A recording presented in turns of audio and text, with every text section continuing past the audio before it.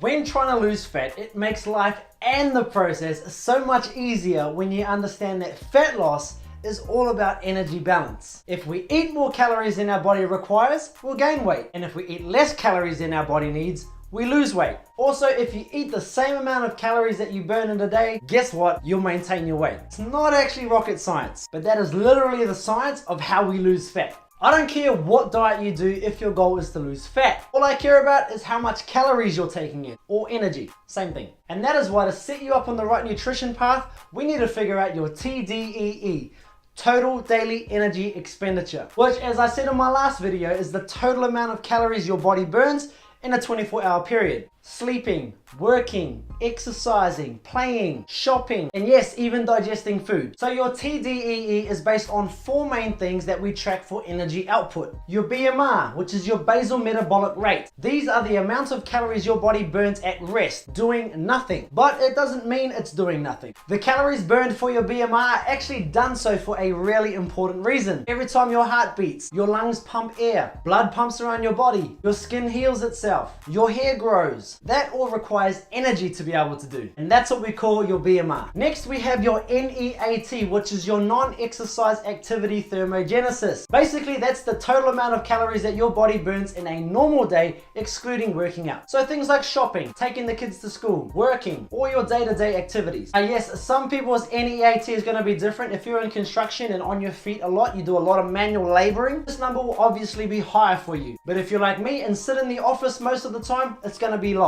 So it's really important to distinguish how much calories you burn in your day-to-day activities. Next, we have your TEF, which is your thermic effect of food. Pretty much the number of calories your body burns through digestion. And lastly, we have your TEA, which is your thermic effect of activity, which you guys all know as how many calories do you burn when you train. Now, once we get these 4 things added up, we get your TDEE, your total daily energy expenditure. Remember, that's how many calories you burn in a 24-hour period. Now, why is all this stuff important? Because we need to know how much energy you require in order to give you the most effective calories for your body. Notice how I said your body, because everybody's energy requirements are different. Unlike some coaches out there who just give the same meal plan to everybody, I ain't gonna say any names, but it's so important to give someone the right amount of calories, because if it's too low, they're gonna feel like they're starving, then they'll quit. And if it's too high, they're not gonna lose anything. So the energy balance needs to be right. Now let's put some magic to work by using me as the example. I know my BMR, based on my body composition scan, is about 2,000 calories. I know my NEAT, because I sit in an office all day, is about 300 calories. My TEF, remember the total amount of calories I burn in digestion, is about 200 calories a day. By the way, that's most people as well. And for my TEA, I aim to burn about 500 calories a day through intentional exercise. If we add those numbers up, we get my TDE of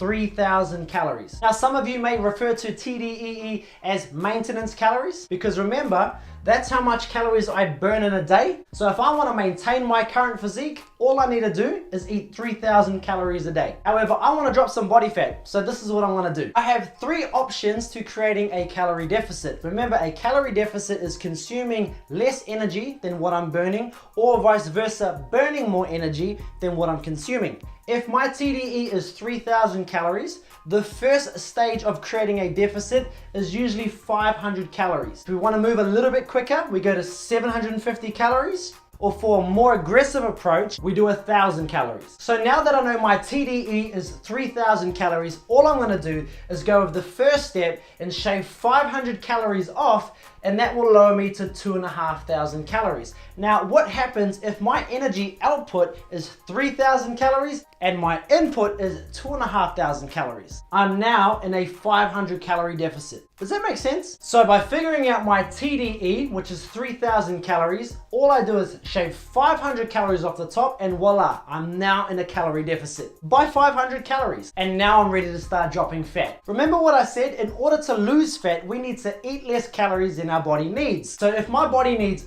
this many calories to maintain itself, I need to eat less than that. How low can you go with your calorie deficit? Well, that depends on the individual's goals and the time frame they have to complete their goals. The less time they have, the more aggressive the deficit's going to be, which isn't going to be pretty. But for generic fat loss, a 500 calorie deficit is a great starter because it's a much more realistic approach, and you probably won't even realize you're in a calorie deficit. winning. So hopefully that makes sense to you guys. If it did, please share it around. Let's help more people understand what energy balance is so that they can diet properly and not drive their bodies into the ground. And so they can stop listening to shitty advice from old school coaches and old school belief systems, because dieting in 2018 is so different. The research has changed and people just need to get out of that old school way of thinking when it comes to dieting. Also remember, I'm dropping new videos like this every Sunday. And I'm going to be sharing things with you that most coaches don't want to give away for free. So make sure you like, comment, and subscribe to the channel so you can always catch the latest with me. Peace.